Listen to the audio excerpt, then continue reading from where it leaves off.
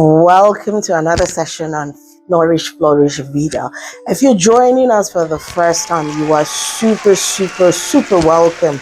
This channel, we go back to the basics of food. We believe that in order for us to be able to understand, move forward in life, in order for us to be able to keep our bodies, I'm talking about the organs, the inside of our bodies in tip-top condition, it's very vital we understand how our body works. And more importantly, since the billion-dollar food industry has started treating us more like a means to an end, a means to increase their shareholders' value, a means to grow the asset of their businesses, we must learn to adjust and start reading the packages on our label. Without much ado, this session, we're deep diving on the number one common ingredient, often utilized by the food companies, by this billion-dollar industry as a flavor enhancer, as I don't know how else to put it, but to call it flavor enhancer. No, I'm not talking about your spices. No. That one, we're going to come back to spices. We're not talking about the things that generally will build your body, will help your body do what it's supposed to do. And by the way, if you've not watched our previous video where we talked about the human body and how our body breaks down food and what our body does with whatever we put on it, please, we're going to put a link to the chat. Go in and have a look at that. Now, no, we're not talking about salt before your mind goes to salt. That's another one, but we'll cover it in another video. Today's session, we're talking about the number one sugar. My people, buckle up. It's a bumpy ride, but I'll try and keep it quick, fast, and like we always say on this channel, advice is a commodity that is freely given, and we hope that it will resonate with you and that you'll be able to understand our mission, which is to help people understand the basics and the importance of going back to basics, and that you can take with it. So advice is a commodity that is freely given. Only take what you want and what you deem relevant. Our hope is that some aspect of our channel, some aspect of the information that we're sharing now will resonate with you, and at least don't take our word for it. Go and test it. On this channel, we go back to basics. We don't assume that we only have, people in the medical field or not medical field. We just want to keep it very simple so that everybody can understand. Whatever that brought you to a channel, like I said, warm welcome if it's your first time of seeing Nourish Phlourish Vida. If whatever you're going to hear today, or if you've been if you've been coming across our videos and you've listened to it, please hit the like and subscribe button so that we can cascade and get the more information out. Let's deep dive. So let's talk, my people. Buckle up. Most people, I'm gonna cover this video by breaking down a few categories. So number one, where does sugar come from? Where are the categories? There are categories of sugar. There are categories of what is deemed as sugar. Number two, how does our body break down sugar? For you to be able to follow and understand, you need to refer back to our video on digestive process. But I will cover what does our body do with sugar. Three, what are the impacts of sugar in our body? What are the effects of sugar? Once our body have digested it, do they treat it like your plate of jollof rice? Does your body treat that donut? You know what I'm talking about. By the time you've had that 1, 2, 3, if donut is not your thing, what about the puff? The one, I'm not talking about the puff without sugar. I'm talking about the things that are loaded with sugar. And if you're thinking, okay, maybe puff is not your thing, let's bring it down to the one that is unanimous to everybody. Cakes. Does your body process cakes the same way? And why do the medical team always advise cut down on processed food?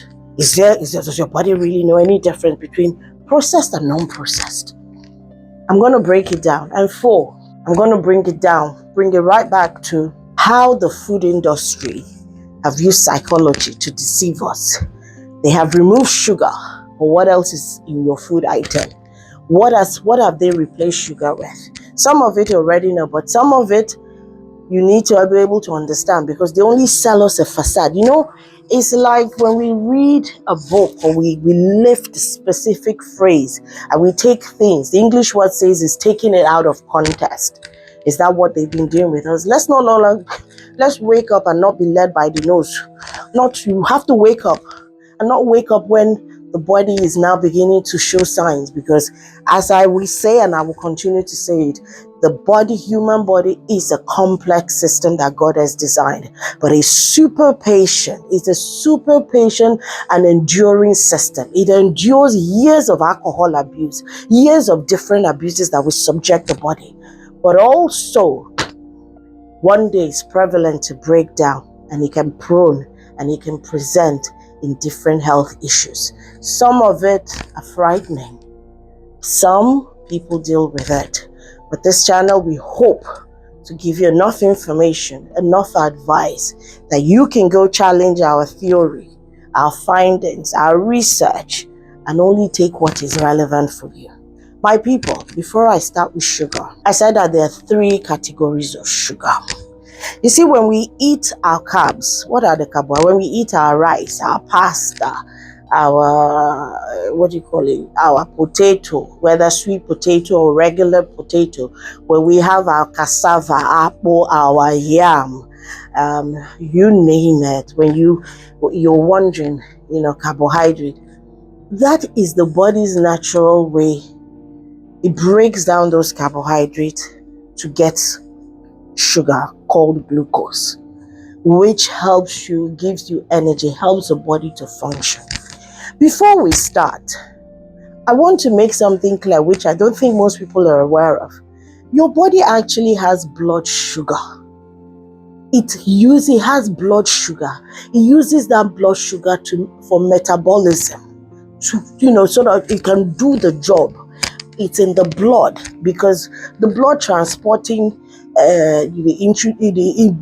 once it's broken down, whatever the food ingredient it is, for it to transport, it needs energy now. It's like driving a vehicle without a petrol inside or your diesel. It's not going to work, no matter how pretty the car is. Even if it's electric car, it needs to be charged. So there is already blood sugar in the body. There is already blood sugar. And now I know that if you're already in the medical field, what I'm saying might not, it's your day in, day out job. But for a lot of people, they're not aware of it. Now, what are the other categories of sugar? When we're not getting it from the food, like those are the good quality. I call it the good quality. Those are the ones that you can regulate. You're advised as you get older to start cutting down your carb. If you've been eating 3 cups of jollof rice is your thing, or rice and stew, or however or pasta or yam, medically your doctor will tell you as you get older, 40 and above, 30, my friend, begin to learn how to cut your coat according to your size, because your metabolism starts to slow down. Of course, there are ways that we can check our metabolism. Exercise becomes vital, but you're advised to start cutting down. But that carbohydrate is not the reason why I've done this session. In fact, I tried to sit down. I couldn't sit down. There are what I call the artificial or the man-made sugar. Those are the ones that should have come with the big red warning signs on the product. But unfortunately, they are these man-made ones. They are the ones that are hidden. They are the ones that have jumped through our back door, through our window. Let me break down the categories. You see, the food industry have figured out over years, decades of years, that the 3 best categories to make sugar, man-made sugar, is 1 from sugar cane. I mean, we cannot jump past that one. So I'm going to refer to that as cane sugar. They've also found out that sugar, man-made sugar, can be obtained from beets. That's 2nd category. And the 3rd category is man-made sugar can be gotten from corn. That's right. The 3 categories. From cane sugar, which is sugar cane, from beets, your beet root, your beet leaves, and the 3rd one is from corn. Now, what happens when we eat sugar? What happens? Why are the doctors shouting and saying, cut down on processed food? They're good for the body. what actually happens? How does it differ from when I eat my apple or rice or yam and stew? Let me explain. When we eat sugar, my people, this is the frightening thing. Remember, the human digestive process starts with when you eat it, it goes through the nose, from the nose into the stomach, from the stomach, it then travels 20 feet through the small intestine before it gets to your large intestine, which is called the colon. And then once it goes through, as it's going through that 20 feet of small intestine, it is like suction like. I told you there are things that are attached to it. I use the paradox of a bed bug to explain that. I'm not going to do that. Please refer to that link to get a detailed understanding. It will extract it. Now, when you eat sugar, before it even hits your stomach, as soon as it hits, your body converts it into acid and alcohol. So what does that mean essentially? Before this sugar has traveled the 20 feet of your small intestine, it has no food value. It quickly is converted to alcohol and acid, and it floods the liver. Bye! That's what happens. Now, when it gets to your liver, poor liver, when it enters your liver has a saturation point. It dey like bucket. So once you don't fill, it's like you filled it to the cup. It's like this, my water bottle. If I'm putting water in it, it's not half fill. See, it's half water fill. If by the time this sugar will flood, wow, because it doesn't need any digestion, it just flows like water through your small intestine. It's already, and by the time that time, it's all already converted into glucose and alcohol. Bye. It is converted, pure. By the time it gets into the liver, it doesn't have any food. There's no need for the liver to overthink it. The liver has a saturation. It has a quota. As soon as it's reached that quota, your liver will just push the rest into the blood. And this is where your poor pancreas kicks in, because then it goes into the blood. Already your blood has a blood sugar. Your blood sugar then spikes. Remember in the last video, I did talk about, as soon as your blood sugar spikes, your pancreas quickly has to secrete insulin to bring it down to a level, because the human body is not designed that the sugar will be that high. But the problem with us is years of eating, feasting, calling the sugar your regular food. After a while, poor pancreas no fit function the way it's supposed to function. It can no longer secrete insulin because you do this every time. And the funny thing is that most people, especially in the West, just about everything we eat has sugar. Just about everything we eat has sugar. I'm talking about the man-made sugar. This session, we're focusing on cane sugar. Just about everything we eat has sugar. So by the time in a day, most people will find that you've had sugary snacks more than 5 or 6 times, and your pancreas has to work harder. Now, the other thing you don't know is, the minute this sugar hits your system, it's fermented, it's converted into alcohol and glucose, and it flows like that. When it gets to the liver, first of all, your liver starts to work over hard. It has to function. It flows out. Pancreas has to go into overdrive. This is why I said the human body is a very patient and complex system. It can take donkey years, 10 years, 15 years, 20 years, 30 years before it becomes prevalent. Nobody runs generator 24/7, 365 days without it expecting it to break down.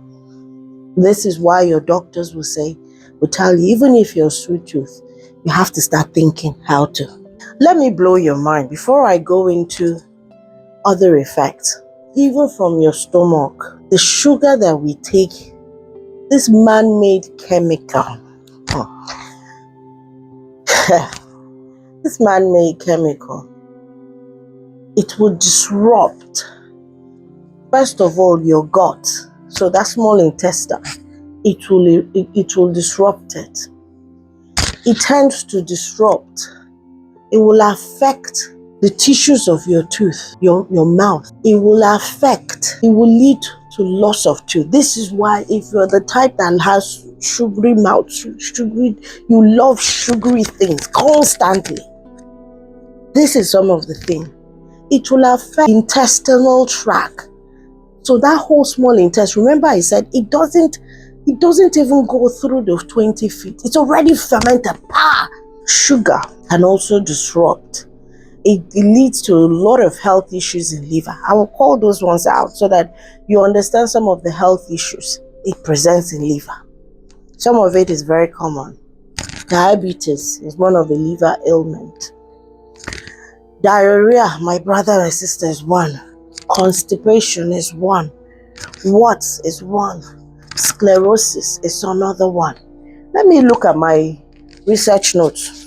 I want to make sure on this session I'm giving you people the full dose, because remember what we said. When you look at it, you go and do your research and confirm what it does. Then when it gets to pancreas, it doesn't spare the pancreas. So pancreas also has to work over hard. So what then happens? After it's discharged the excess, the liver will start to convert the excess glucose from your sugar.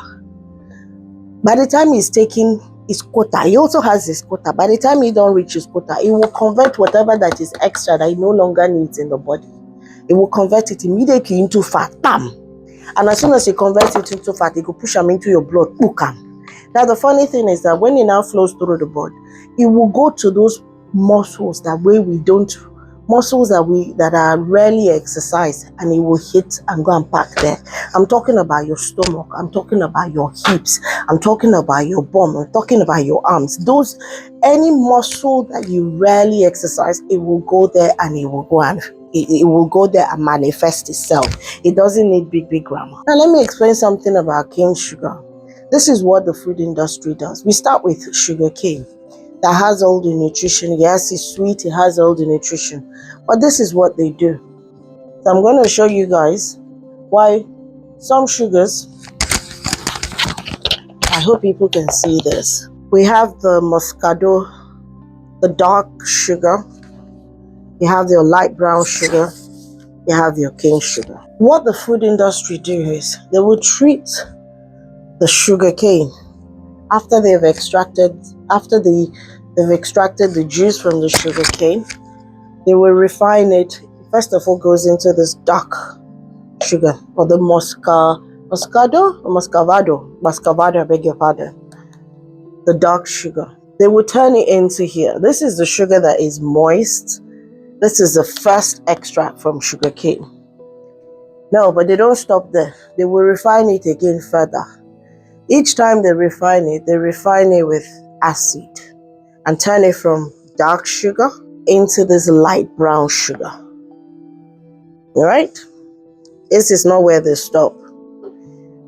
Now, the third but not the least, they go from dark Muscovado to the light brown, and then finally the white sugar.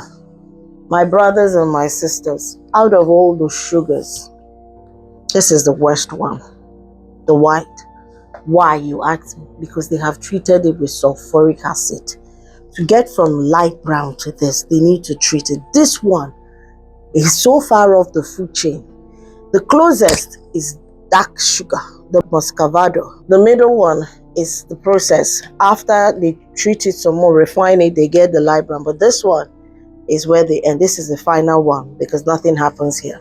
You might ask me, I've covered some of the health issues from the effects of sugar. Sugar ferments in the human body.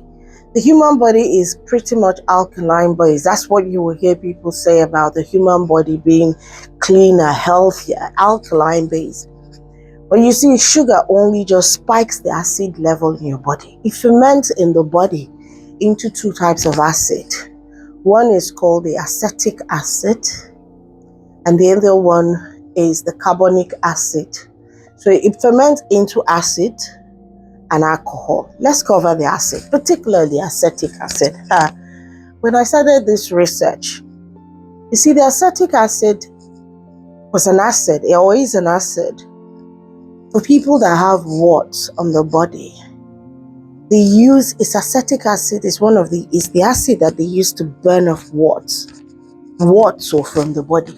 So my question, my people, is if acetic acid is used to burn off warts, I beg your pardon, on the human body, can you then imagine what it is doing inside your system?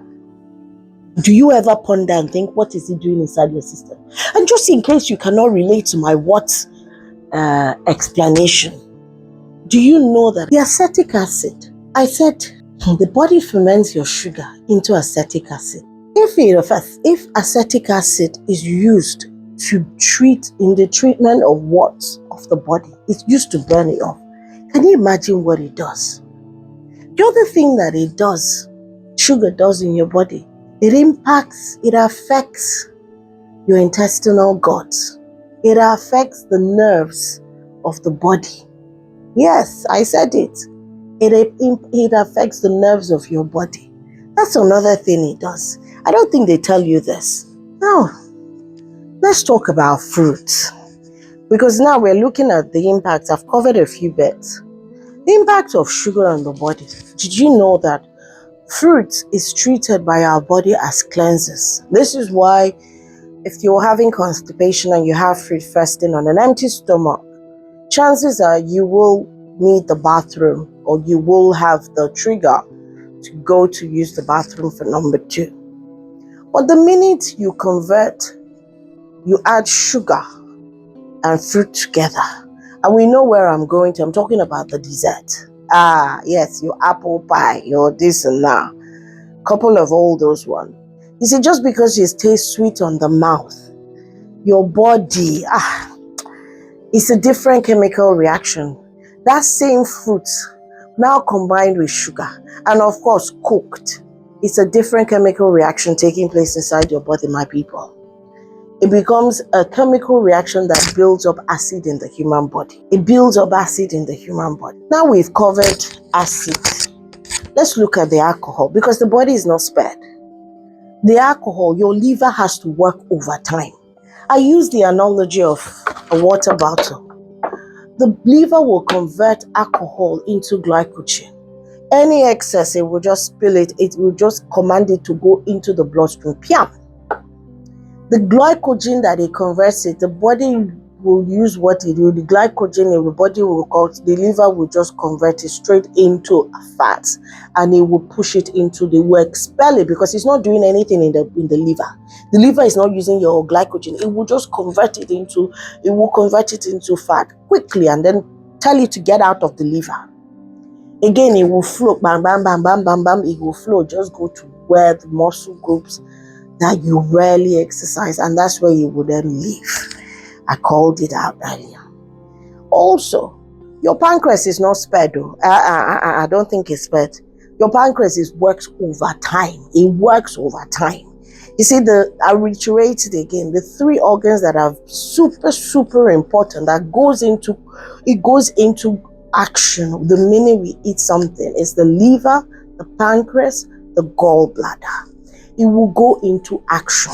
It works over time. As soon as it's sugar that is now converted into alcohol, it will hit your pancreas. Pancreas needs to work double hard. It needs to work double hard. By so doing, the alcohol, it will change. It affects the texture of your kidney. It will disrupt the nerves of your brain. And it impacts the functions in order to concentrate, in order to move, to drive. These are some of the functions it affects. And also the other function it affects is observation.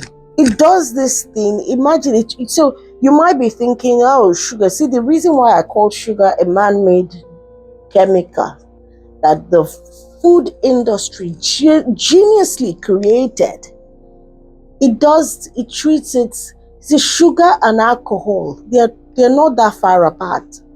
Sugar does it in smaller doses. It's like having your wine, which might be 5% alcohol, versus your spirits, which might be up to 45%. That's the difference. But the same, it's different alcoholic content, same final destination. One gets there quicker, one gets there slower, but it still gets there, my people. Let me retrace some of this. With some of the ailment which liver, some of the ailment that can be traced as a result of sugar on liver includes diabetes, jaundice, warts, sclerosis, diarrhea, constipation. Those are some of those. My people. Now that I've covered what are the impacts, we've covered the categories of sugars, we've covered the effect of sugars, how our body breaks down sugars, what are the effects of sugars on the body, on the organs, particularly the key digestive organs. Now let's look at what are the alternatives, because this is the reason why I says when the bird learned how to fly without perching. Peeps, my sister, my brother, we must learn how to perch. The hunter must learn how to shoot without missing. Let me explain to you the couple of the reasons. What are the alternatives? See, because for some food manufacturers, they have gone from white sugar. You see sugar, you see fructose, high corn syrup, you see all kinds of different things. On this channel, I'm going to call out a few, and I need to read it out so that we are all on the same, so that you can understand the basics of the alternative to sugar. You see, there's the reason why I say you cannot, if you're going to eat a toad. My grandmother used to say, if you must eat a toad, if you want to eat sugar, eat the sugar. If you want to eat sugar, there's no point deceiving yourself. Stick to this. Stick to the sugar. Because let me say categorically, all the alternatives to sugar, they have no value. It may be pleasing on the tongue, but internally, once it gets into your digestive system, it doesn't have any real value. What do I mean by food value? What do I mean by value? Whatever we eat, there are three things, there are 3 R's that your body uses what you eat for. You use it to repair, rebuild, replenish. Your body is not doing anything. It's not ticking any of those 3 boxes. So it's just a waste product. All it's doing is just causing your body to be more acidic. Let me start with the number 1 category. Corn syrup. It's very prevalent in those that live in the US of A. I'm talking about most of the food items will have corn syrup. But for the people that live in Europe and the UK, where the food industry, the compliance body, that's what I meant, but the food industry is, the threshold is much higher than in the US of A. Corn syrup may be allowed to a certain limit. But let me explain to you why corn syrup is the most dangerous of all. First of all, that high fructose corn syrup. Corn syrup is achieved. They get the corn syrup by fermenting, refining the corn starch with acid.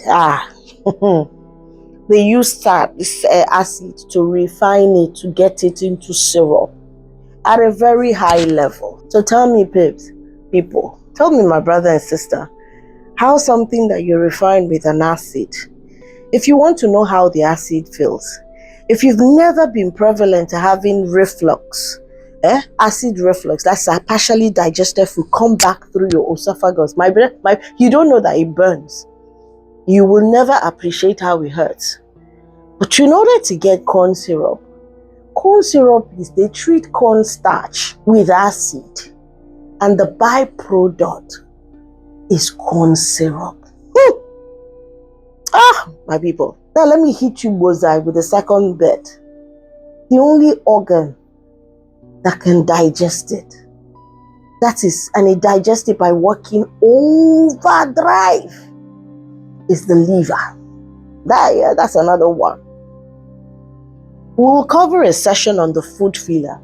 This is why some some products will have, and I question it, they have sugar, they have honey, then you see corn syrup, and I ask, for who, for what, where? Are you trying to save us? Are you trying to finish off human being? Are you trying to get us quicker to the door of hospital? Are we trying to just satisfy our mouth? Number 2, let's look at it, is the one called dextrose. You see, dextrose is naturally occurring in plants and animal. Dextrose, it has an element called dextrin. I know, big grammar, just stay with me. Humor me, stay with me. But how do they get to dextrose? Again, dextrose is one that if you live in Europe, if you live in UK, you may not find it as commonly in your food as those that live in the US of A. As I said, the compliance body, the food safety regulator, the compliance body for food industry in Europe and UK has a higher threshold than the compliance body for food in the US of A. That is no secret, but if just in case you don't know. So again, in order to get dextrose, they decompose, they soak it, they treat dextrin, they extract the natural occurring dextrin from plants and animal, treat it with acid to get dextrose. Now this is what you don't know. That same dextrose, they will mix it with iodine to get the red color. Now where are other areas, other sectors where this dextrose is used? It's used in adhesive. Yes, I've said it. Let me read for you where else it's used. It's also used as a substitute in your chewing gum. It's added to soft drinks and is used in beer. How can something that you use in producing adhesive like your plaster, adhesive like plaster is the one that comes to mind, my people. How can that thing be used as a substitute for the chewing gum I will eat? How can it be added into the beer? Do you start to see where the link is coming from? Let's keep going. The next one on my list is glucose. Yes, I said it. The same way there is the naturally occurring glucose, which your body breaks down from when you eat the rice, the carbohydrate, your rice, your pasta. They have also learned how to create man-made glucose. And they get this, the way they make the glucose is by heating cornstarch. By any starch, they will heat the starch with acid. Yes, they treat it with acid to get the glucose. I'm coming on, I haven't finished. Again, it's treated with acid. Now let's get into the one that I find interesting. The saccharines. This is where we get, it's one of the sweetness. For a starter, the saccharin is 300 to 500 times sweeter than your sugar.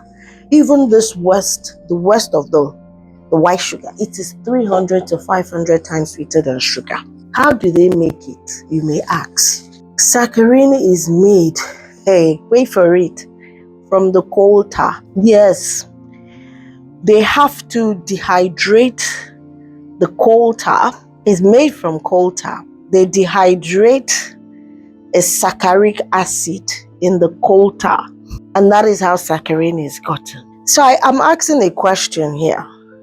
If you've ever lived or come across where new roads are being created or formed, we know how the coal tar smells. How can we get a byproduct from that product, from coal tar that is used to lay the roads? How can it be then safe? How can it be the right thing as a substitute for food? Again, the saccharin, it does not have any real food benefit. Let's address the cornstarch. Let's address the cornstarch. The cornstarch, in order for the food industry to get the cornstarch, what they do is they mill the corn, which is grinded. Before they mill the corn, they take away all the hull and the germ. The germ of the corn, that is the bit that has the healthy, is the living part of the corn. They separate it, they mill it, They then soak this corn. They will soak the grinded corn in sulfuric dioxide gas to stop it from fermenting. And we know that when you make pap, you need to soak in water, then it ferments a little bit. No, in order to stop it. Once they stop it, they treat it with sulfuric acid, extract the oil that is there. They soak it, stop it from fermenting. They will grind it. They will extract any oil that is in the corn. Then they will take the chaff, the coarse bit, the grainy bit. That forms part of your animal feed for the poultry. Then the clear white powder that is at the bottom gets dehydrated. It's not enough for them. That's not the final stage. That is then treated bagam with caustic soda. Just in case you're confused, after treating it with caustic soda, you get that fine meal cornstarch. And if just in case you're not aware, caustic soda is used in bleaching. Let me tell you people what caustic soda is used to. It's also used, they use it in making bleach and refining industrial oil. So help me understand, people. If cornstarch was such a great product, why are they treating it in caustic soda? That at the end of the day, what benefit are we getting from it? You see, when you ingest cornstarch a lot, it does impact your fine connective tissues, because that's where it starts to block the connective tissues in the body. And you see why I said long term, the build-up of it, I don't need to explain to you, it's not looking good. So you might ask me, okay, now, what are we going to do? Let's start with the last one I talked about. The reason why people use cornstarch at home, for most people, is because they use it as a thickener for their sauces.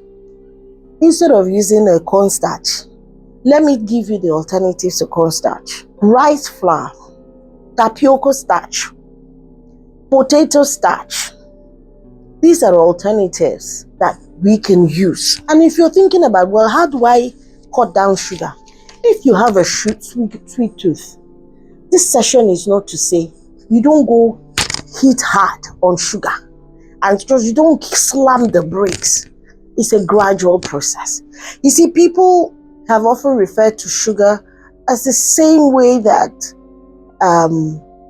heroin or the hard drugs are treated. It's a gradual process. With sugar, you gradually start to replace.